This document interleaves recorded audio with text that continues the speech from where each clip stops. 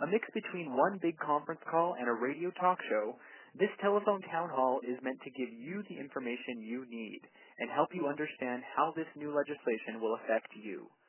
And just like a talk show, you'll be able to ask your questions live on air. Bill C-4 is about making it easier for the government and Treasury Board to come after us in the next round of bargaining and to strip away our long-standing negotiated rights.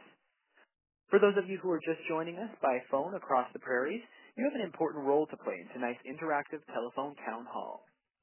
If you have a question, just press 9 on your phone to let us know you'd like to ask a question live on this call.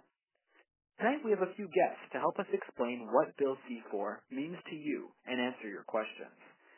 In Winnipeg, we have PSAC Regional Executive Vice President for the Prairie Region, Marianne Hladun.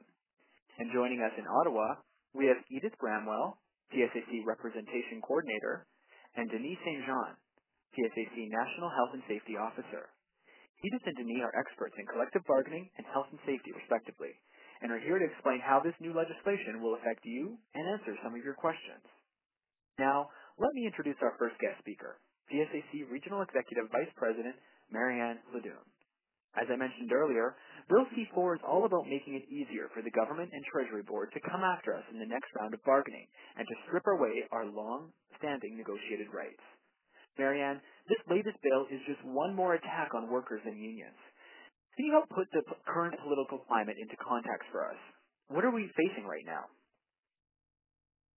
Thank you, Jeffrey, and thanks to everyone for being on the phone and joining us in tonight's call and taking time out of your evening to get the information.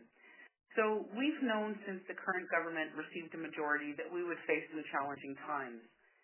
Initially this government was secretive and tentative about how they planned on addressing their relations with the unions and, what they felt about workers.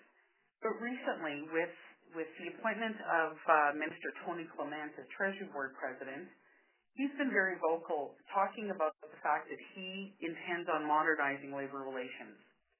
Unfortunately, he's not talking about modernizing it in a way that's good for the public and good for our members. We knew when Budget 2012 was introduced that this was the start of a slew of attacks. The attacks came on our members. The attacks came against unions in general, against workers, and against all Canadians. Since the budget was introduced in April of 2012, over 20,000 PSAC members across the country have received effective letters. Many members were surplused, had to move around. Some of them are still waiting decisions. So we have thousands of members that are left in limbo. And, every day we see more and more brown envelopes coming into the PSAC headquarters. No one has been left unaffected in these cuts. This is not just about workers. This is not just about our members. This is about the Canadians that have been left behind.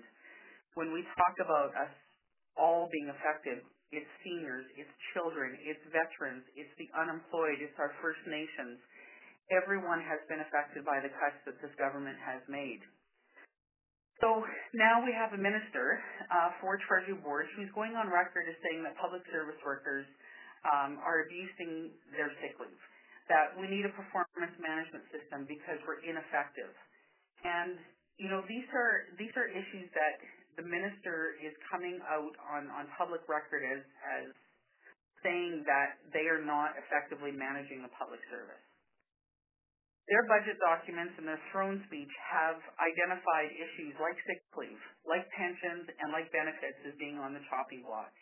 And basically, this government is abusing their authority as a majority government to strip us of our rights. Bill C-4 was introduced on October 22nd, a budget implementation bill that has elements to it that it's unheard of to see how something like changing the definition of danger in health and safety legislation fits into budget implementation bill. This government is abusing their authority as a majority government to introduce items that will serve their base better, that will serve the corporate interest better, and it's not good for Canadians. So one thing that we're talking about, this legislation is affecting federal public service workers, but this government has very clearly identified that all unions are an issue, are a concern, and that they would much rather we did not have representation. And we know that they want us down to private sector wages. This is a race to the bottom, so whether you're a federal public sector member right now, whether you're a provincial member or municipal or private sector, this is important, this is critical. This is a fight that we cannot take on as the leadership. This is a fight that we need to take on as a membership. So I know the information you'll receive tonight will hopefully give all of our members something to think about, and I thank you for taking the time to be with us tonight. Thanks, Marianne. That was PSAC Regional Executive Vice President Marianne Hladun. Now we'll hear from Edith Bramwell, PSAC Representation Coordinator, to discuss how Bill C-4 impacts your bargaining rights. You can get in line to ask her a question live on the air by pressing 9 on your phone. Edith, can you tell us a bit about how the changes in Bill C-4 will affect PSAC members heading into bargaining in Treasury Board in 2014? Certainly. And this is legislation that will limit our bargaining rights in a broad variety of ways. But the legislation which we were given no notice of whatsoever, and with regard to which we were not consulted in any way, really significantly limits our ability to fight for our members' rights and to allow our members' voices to be heard in a way that's meaningful and will lead to change. So one of the most significant changes in this legislation is that this employer will now have a really completely unlimited and unfettered right to determine what constitutes an essential service. And that's very significant because the workers who perform essential services cannot strike. And we certainly recognize that a lot of PSAC members do work which is utterly essential for the public interest, to protect public safety, to keep vital services that we all need as Canadians going. But there needs to be a meaningful balance struck between who is doing that work and who should be able to exercise their democratic rights as a member of a union, as a member of a bargaining as a member of a bargaining unit. The way the Act reads now, there is no questioning allowed. There is no review of what an employer considers to be, what this employer considers to be an essential services. And that's just not right. That's not fair.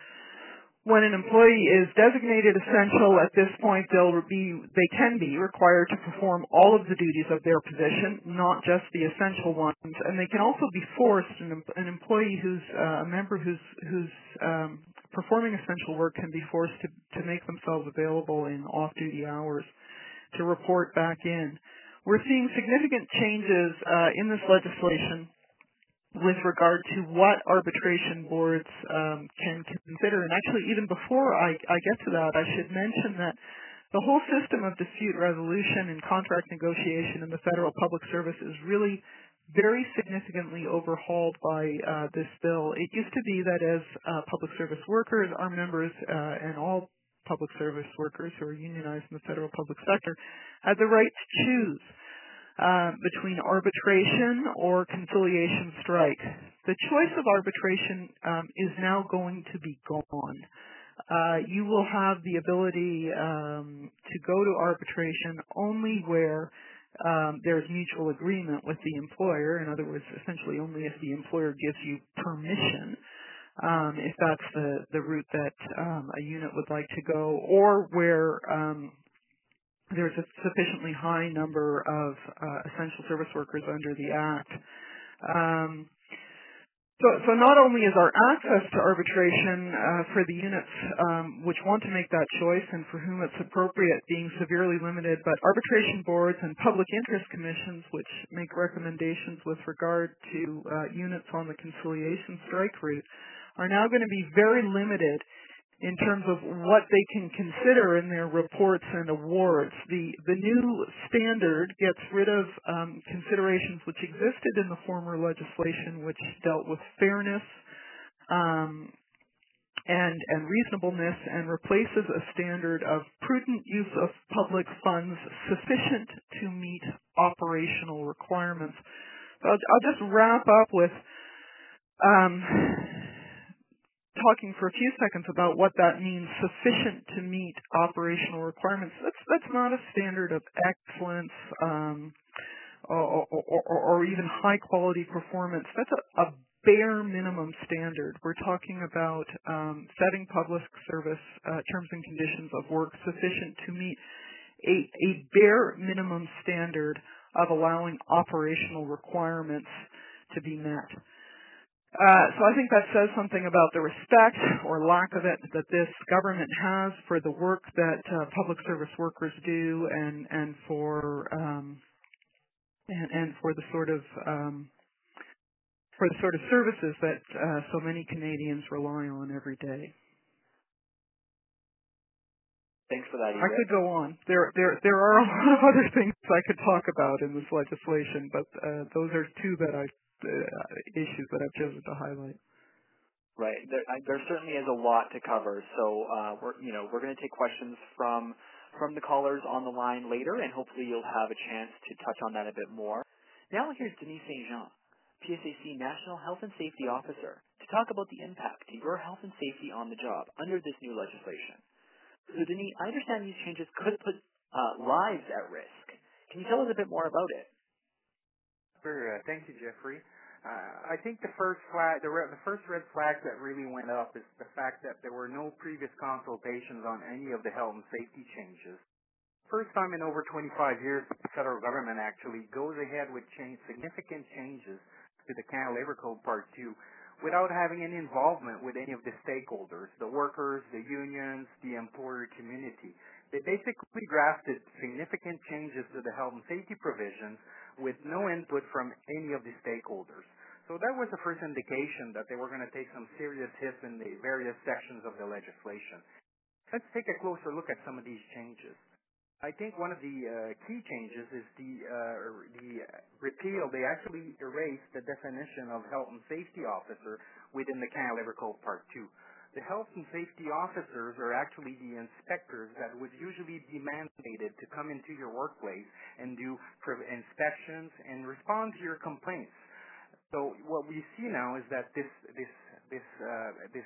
responsibility is being transferred over to the minister directly.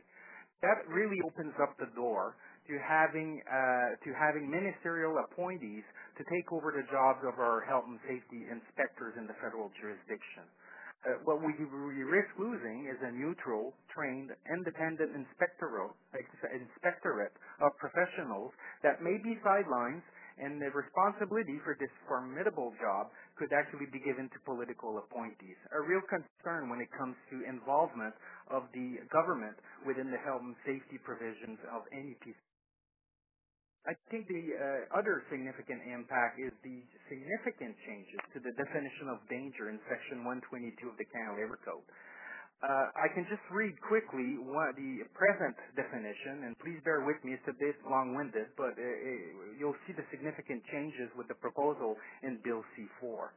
Presently, what we have for a definition of danger, if you want to exercise your right to refuse dangerous work, it's any existing or potential hazard or condition or any current or future activity that could reasonably be expected to cause injury or illness to a person exposed to it, before the hazard or condition can be corrected or the activity altered, whether or not the injury or illness occurs immediately after the exposure to the hazard, condition, or activity. And it includes any exposure to a hazardous substance that is likely to result in a chronic illness, in disease, or in damage to the reproductive system.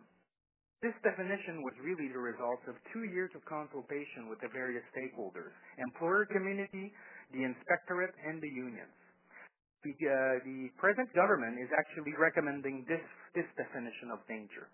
For them, danger means any hazard, condition, or activity that could reasonably be expected to be an imminent or serious threat to the life or health of a person exposed to it before the hazard or condition can be corrected or the activity altered.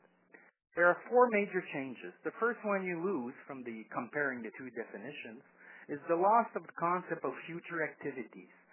In other words, what you're losing is that you're going to be asked to actually exercise your right to refuse dangerous work only when you're in harm's way of the actual risk or danger.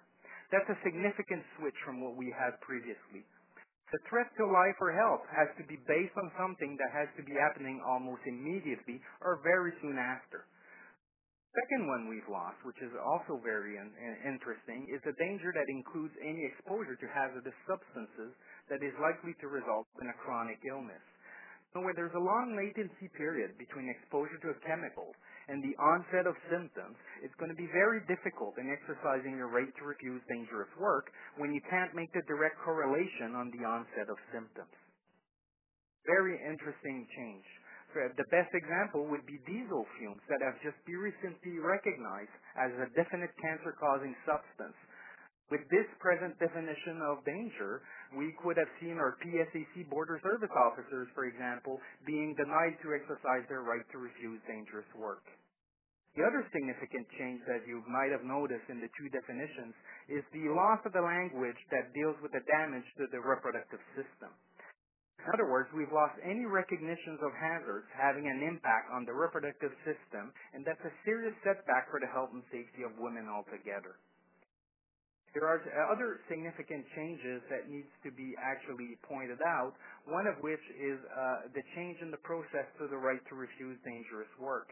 An interesting section that's just been added is that the minister may also decide not to investigate a refusal to work because the matter is trivial, frivolous, or vexatious, or in the continued refusal is considered by the minister to be done in bad faith. That's a serious change because then it really switches the burden of proof over to the union side to actually demonstrate that there is no such thing as a bad faith in this particular circumstance.